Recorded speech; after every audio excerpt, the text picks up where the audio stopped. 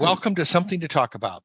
Something to Talk About is a 3 times a week feature from the Bainbridge Island Senior Community Center, sponsored by Fieldstone Communities of Bainbridge Island.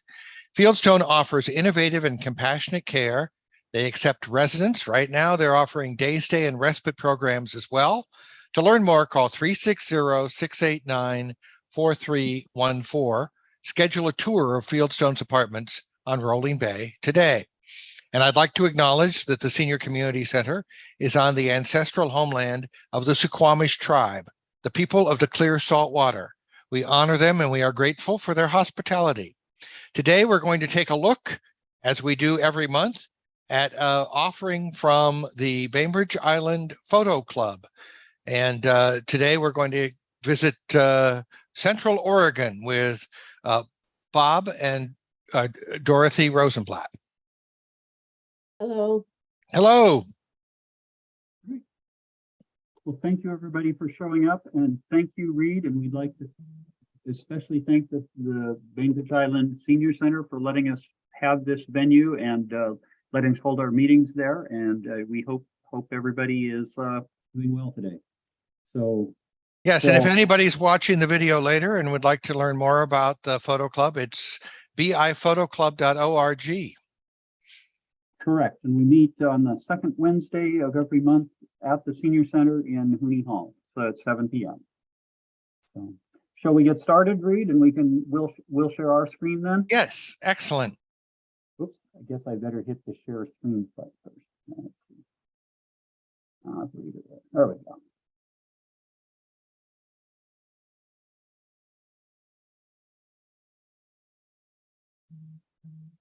Can everybody see that?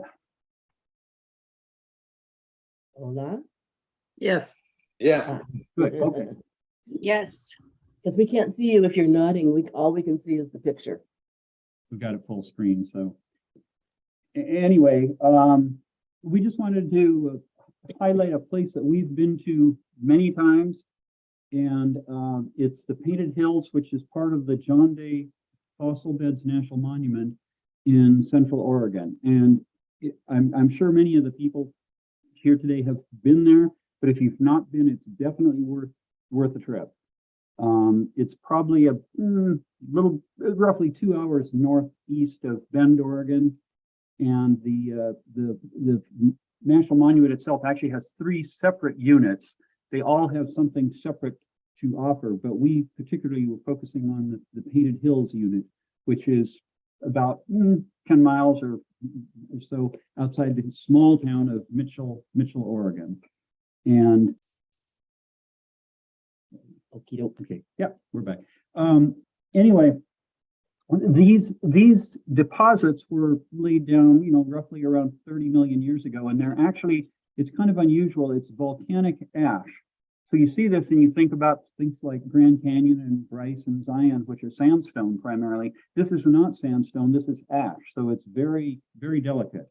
And the colors come from what the climate was when the particular ash was laid down. The more red was in one climate, the more yellowish was in another climate. And it's just, it makes a fascinating place to go.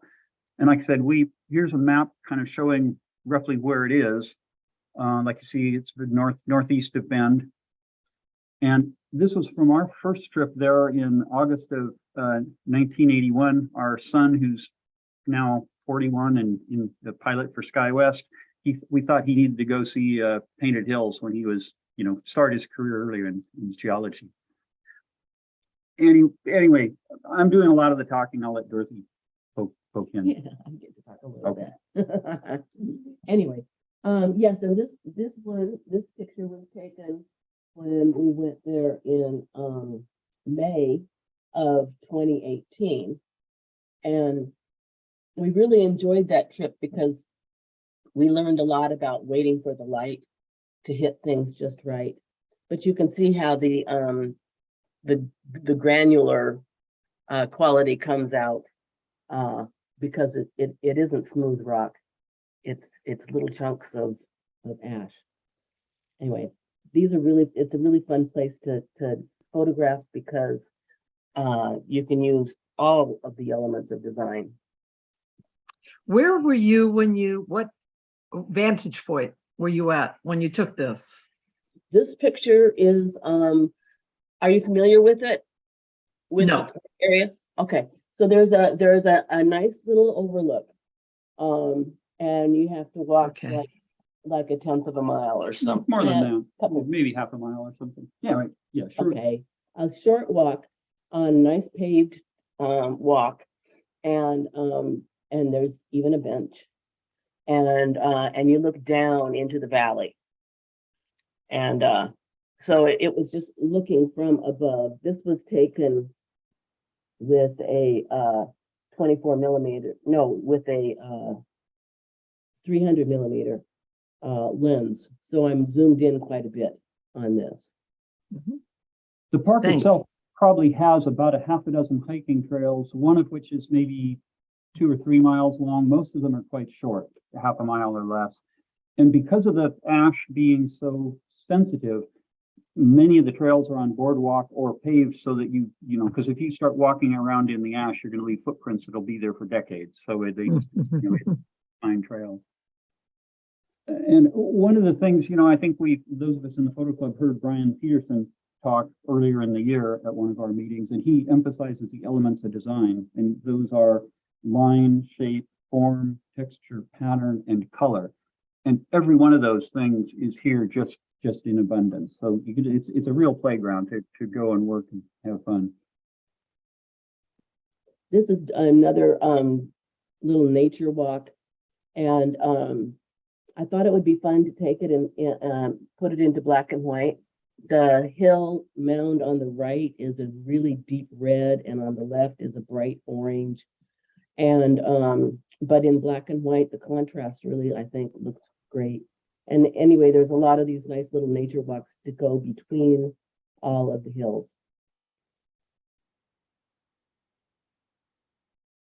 Yeah, I took this one, and I kind of liked, I was going for a minimalistic kind of scene, and I kind of thought it was cool with the orange yellow in the foreground, and then the blue sky, and of course the moon made an appearance too. But just playing with complementary colors. This one is shooting kind of across the valley from the entrance road in. I'd seen this gully. I really liked it, and this was shot in late afternoon with a long telephoto lens. I just liked the pattern of the gully of this, and the thing that really we kind of discovered in playing around, because we had this printed for the gallery.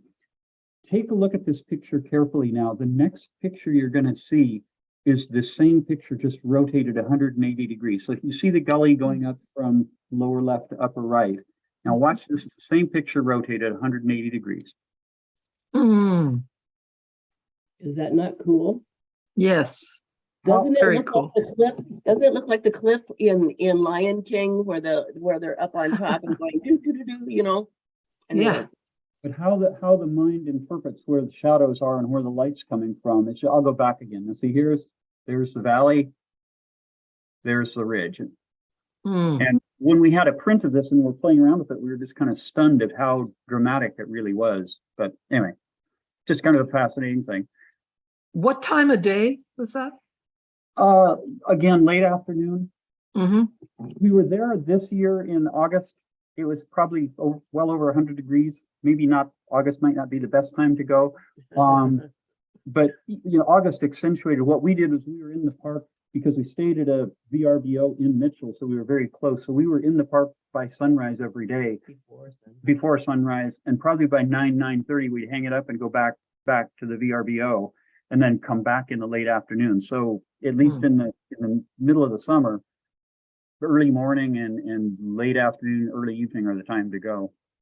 So we want to go sometime in the winter and try to catch these with a little layer of snow. Don't you think that'd be cool? And this is just looking up out of the painted hills themselves, but on the ridges above it. And just I was again going for kind of a minimalistic look, and fortunately that one cloud helped come by coming by. And there you see the trees. See those little trees up on top of that hill? Anyway, one of those trees is the tree that you just saw. And I just thought that black and white again brought out the contrast. And this is taken from, back a long ways, just to give a landscapey look of what it looks like. And this was taken this August, yeah. And this one was taken in spring of 2018.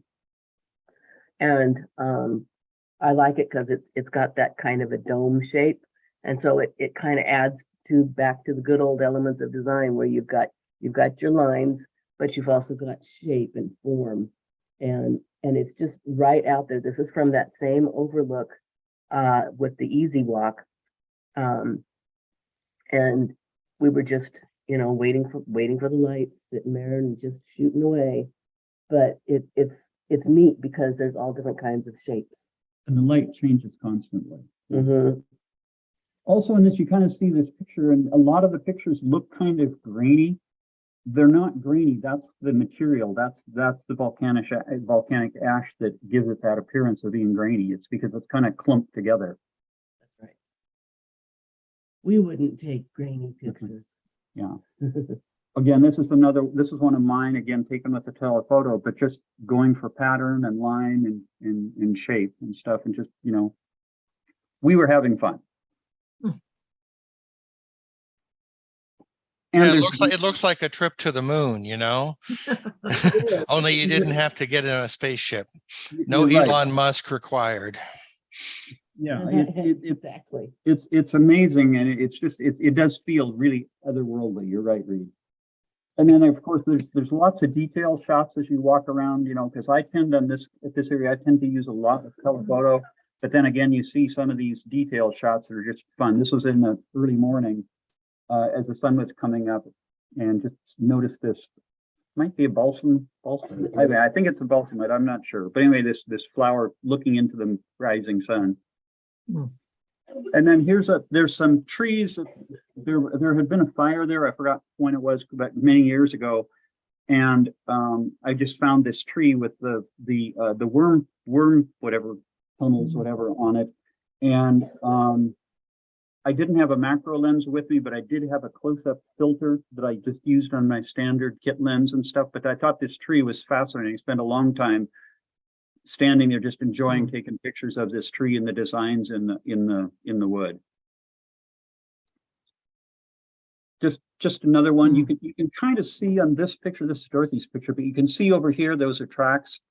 And so sometimes a lot of the tracks you hope are animals, but you see those tracks and they will be there for years, if not decades. It'll take a heavy rain, which they don't get that often. It'll take a heavy rain to really wipe them out. I'm letting Bob do some of my talking because we have a grandson in preschool. And that means we've got some kind of crud. It's not COVID. However, makes me cough. So that's why he's doing some of my helping me out here. Did you have any comments? Nope, this is just a really nice, I really like this landscape. We didn't put it on the wall because it can only hold so many, but we wanted to throw it into this because I like it. It's pretty. This is one of my favorite shots. It's just it's a very bright red mountain and with kind of a burnt tree in front of it. And I think the black and white brings out the contrast and the texture. And this was taken in the morning this year. And a nice thing about going to this park is every time we've been there, it really is not overrun with a lot of people. So it doesn't even take that much patience to wait for, a moment to get the kind of shot that you want. And you can kind of squat down and work on stuff for a while. And you don't have a bunch of people walking around you or anything. It's really not heavily traveled. This was one of those days we were in the park by before 6 o'clock, so the crowds weren't very big. Well, that's true. Yeah, but it is not crowded, I agree. And this is just, again, looking at form and shape. I just like this. I saw this, across the valley and took a picture. And again, like Dorothy, I thought the black and white would bring out the texture and the shape. I do kind of think it looks a little like a female form, but that might just be me. But anyway, I just liked it. Another one, just a detail shot looking up from one of those boardwalk trails where you kind of see the but you can see the texture of the ash, how it's kind of clumped together. And it's just really unusual stuff. You know, if you poke your finger in it, it'll, you know, it just disintegrates. It's not stone at all. It's just like solidified Kind of clay. mud. Yeah. Kind of like Yeah. baked mud. Yeah. But again, I love the complementary color opportunities there. This is one from basically the entrance drive into the park this summer. And I just, you know, I knew I'd looked and figured out where the Milky Way was going to be. And we actually, this is a composite of actually 3 pictures. We took the background after sunset, but before it got pitch black and the Milky Way came out. But I wanted to get the detail in the hills in the background.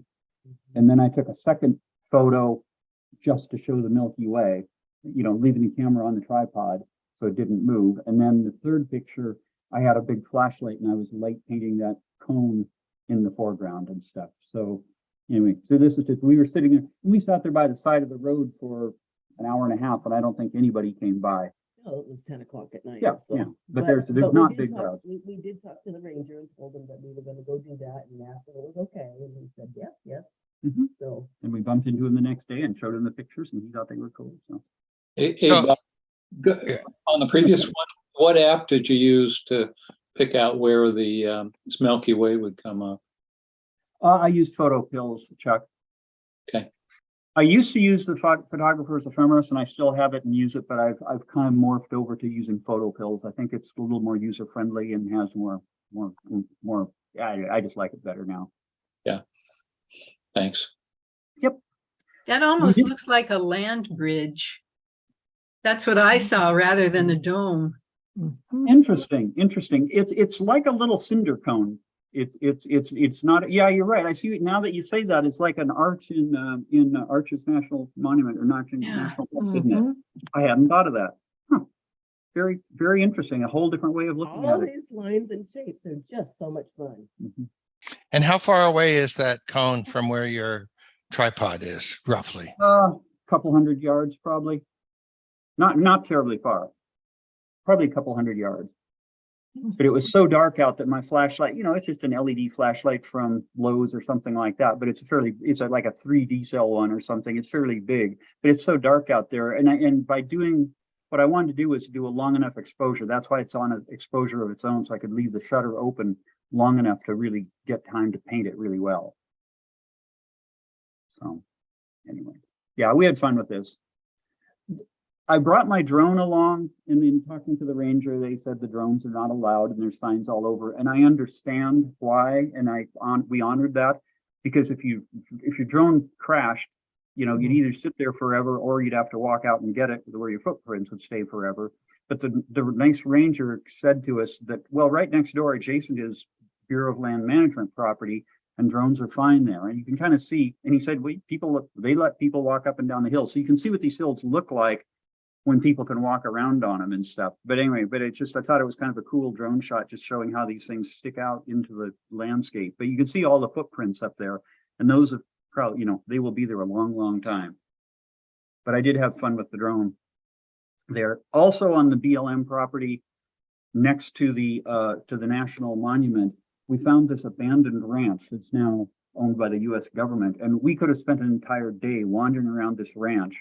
Dorothy found one snake that wasn't a rattlesnake, and she found an owl, but we found this gorgeous ranch, and you could just easily could have spent a whole day walking around taking pictures. But this is a drone shot, and I kind of liked It looks like Van Gogh. yeah. We don't know what knocked all that grass down, if it was just age or what, but the grass is all knocked down like there'd been a big windstorm. And I think, like Dorothy said, it gives it that kind of Van Gogh look. Somebody brought their helicopter in instead of their drone. Maybe that's it. Reed.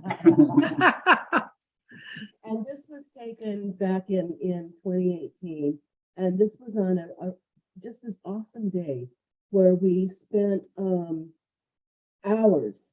We went up to the viewpoint looking out couple of several other shots were taken from the same place, and we just watched the light change as the sun moved across the sky, and we just squatted down there in the dirt and just enjoyed the changes. And anyway, this is one of the pictures I took of the the whole scene at later in the afternoon. I think it was like 4 or 5 in the afternoon. But we just waited for the sun to just move along, and it was one of the funnest things I've ever done, just sit there. But we were probably there 3 or 4 hours Yeah. at least. yeah.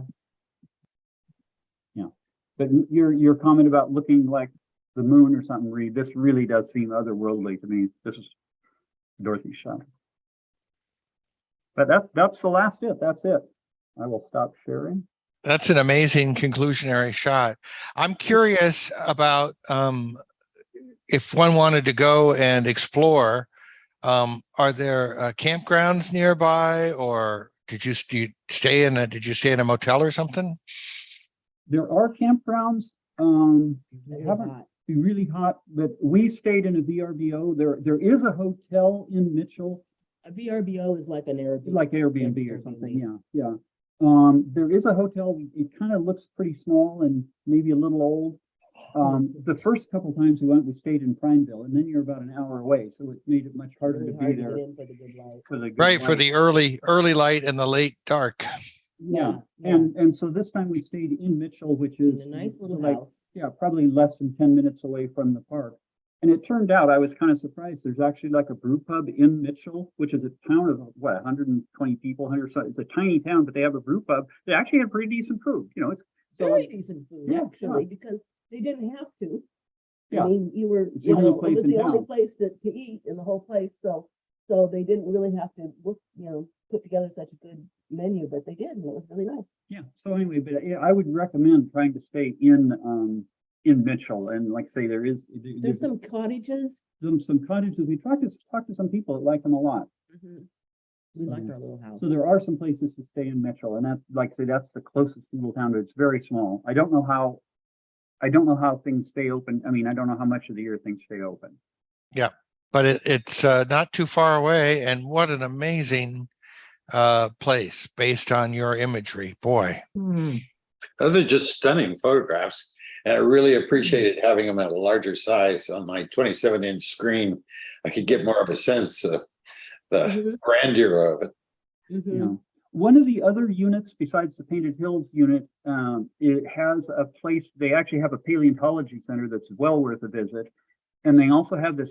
It's a, I don't know what, a mile hike or something into a place called the Blue Basin. I told you it was a blue word. Yeah, it's a blue.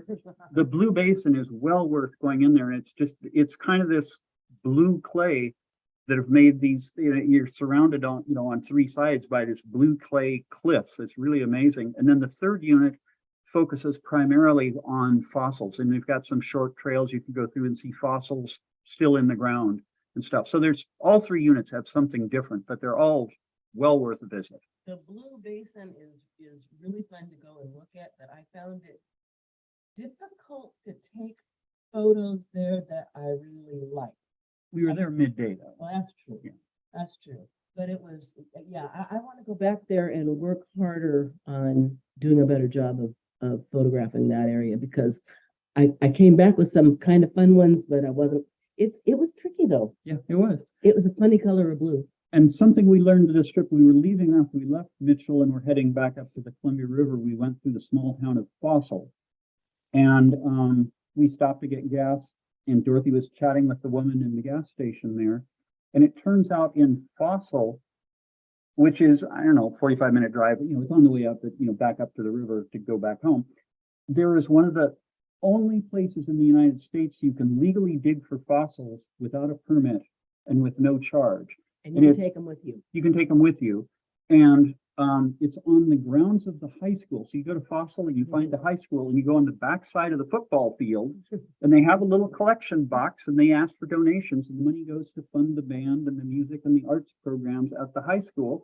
And we went there, and we hadn't planned to dig for fossils, but we had a good time taking pictures of other people digging for fossils. So if you go to this area, I would recommend swinging through Fossil Oregon and go to the high school.